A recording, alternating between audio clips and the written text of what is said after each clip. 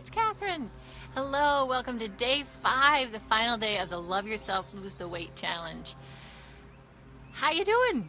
It's so beautiful out today that I came outside, but there is lawn equipment. I kept waiting for the lawn equipment to go away, but I realized it's a Sunday in my neighborhood and it will not go away. So hopefully you can't really hear it. Hopefully it's not too bad. Hope you guys are having an amazing weekend.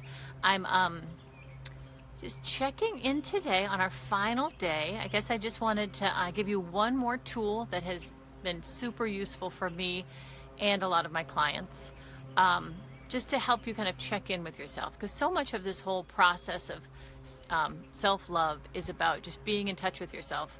Annie Lamott says, the writer says, it's just keeping yourself company. You know, it's almost that little bit of distance you get, like in perceiving yourself as an animal, or that looking at yourself in the mirror and say, I love you. You know, just that connection combined with a little distance of mindfulness that lets you kind of treat your body in a really different way, a really loving way that shifts all the dynamics of eating and self-care and things like that. All right, now there's a saw over there. All right, anyway, so I just found a lilac that's just about to bloom though. Oh my gosh, I hope you're enjoying the flowers.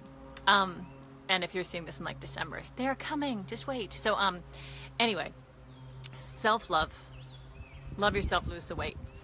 Another amazing tool for day 5 here is, it has a lot of different names, but it's using your body as a pendulum. Using your body, you know, a lot of what I've learned in this whole self-love weight loss journey is that your body, not only is it this animal, not only is it this incredible communicating creature, it's also an instrument. You know, it's a way for you to follow your intuition, to know what you need, and your body is totally different than anyone else's. So the only way you can know what works for you is you need to know how to listen to and talk to your body, which seems really obvious, but it can be hard, you know, especially if we've kind of been like beating that horse so long, telling it what to do. How do you establish contact? So one of the coolest ways is to use your body as a pendulum.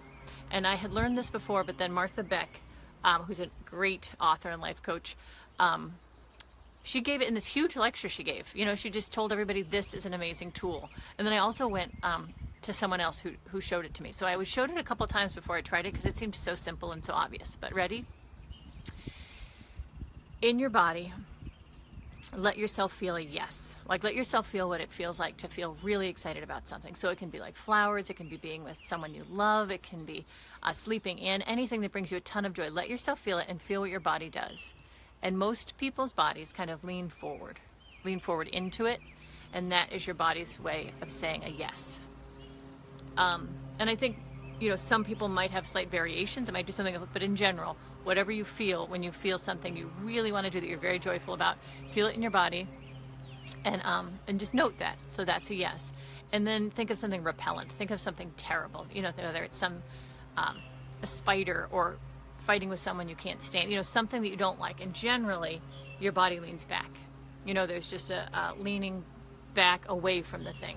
And this is this very subtle way your body is trying all the time to tell you how to make a good choice.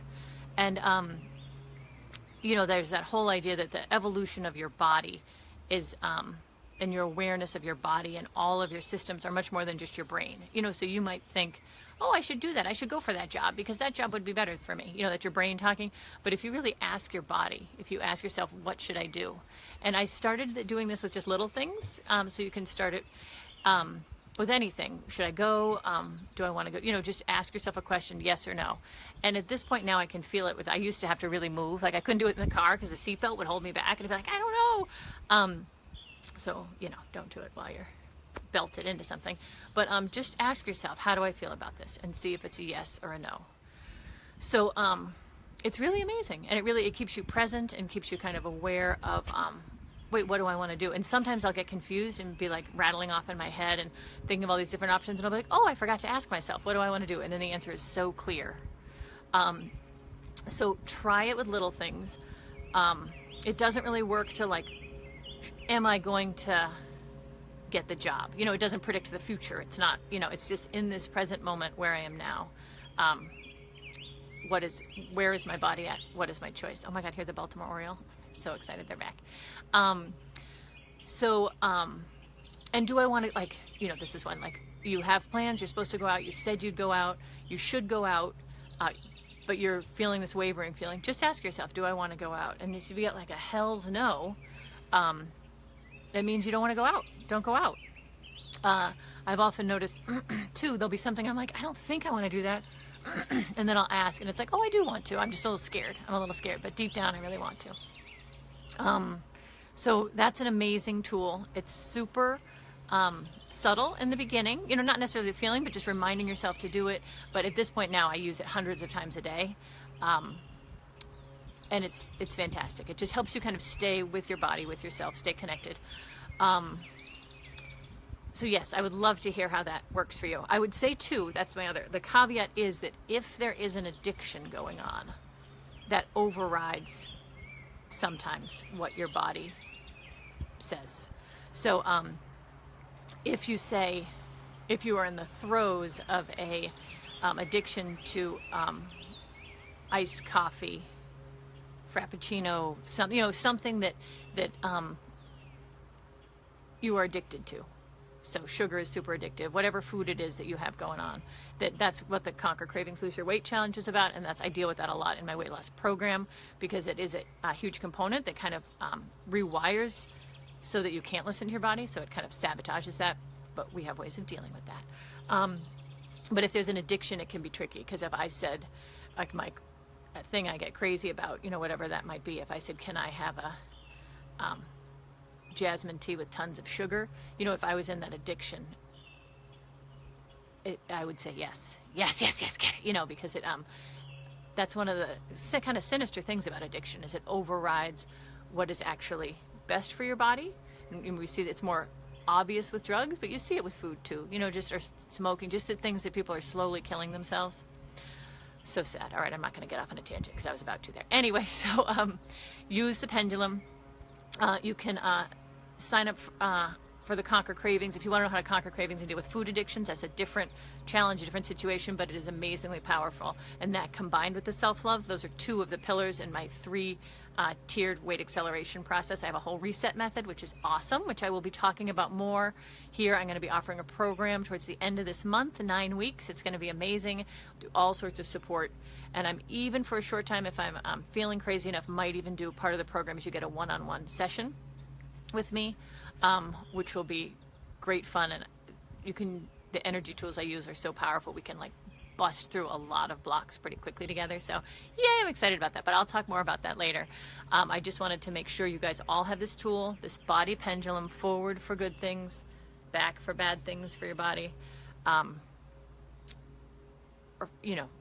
Give it a try and tell me how it goes. Ask me any questions, because it's a little weird and nuanced, and normally I would go on and on about it, but I don't want to stay too long. But also, Martha Beck said it in like 5 minutes in a lecture, and then I stood up and was like, I'm going to try this, and it really worked. So have fun with it. I've tried to teach it to my kids, just to be like, how do you listen to your inner self? Here's one of the ways. Here's one of the tools. I hope that was helpful. I'd love to hear more.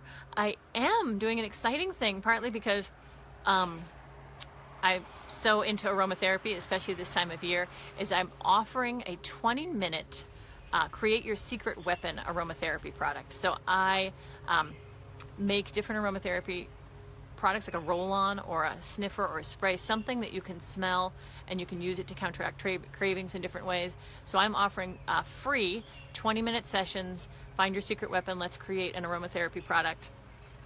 It'll be super fun. We'll find something. If you want, you can buy it from me or buy it online, whatever you want to do.